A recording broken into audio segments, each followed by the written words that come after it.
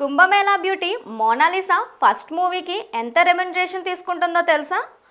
పూసలు అమ్ముకునే అమ్మాయి ఓవర్ నైట్ స్టార్గా మారుతుందంటే తొలి సంపాదన ఎంతుందో ఊహించగలరా?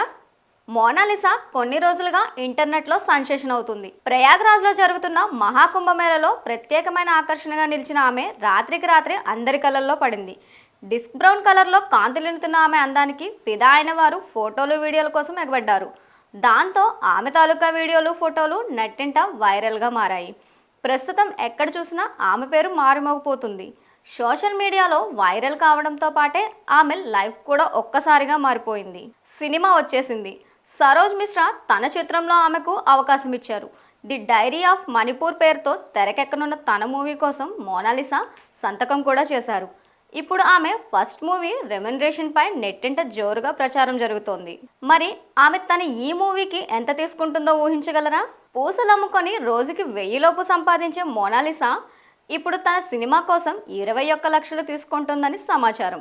దీనికి సంబంధించి ఒప్పందం కూడా జరిగిందంటున్నారు. ఇలా సోషల్ మీడియాలో ఓవర్ నైట్ స్టార్లుగా మారిన వారిని అంతే వేగంగా అందరూ మర్చిపోతూ ఉంటారు. ఇప్పుడు మోనాలిసా పరిస్థితి ఎలా ఉంటుందో అనే ఆసక్తి అందరిలో ఉంది.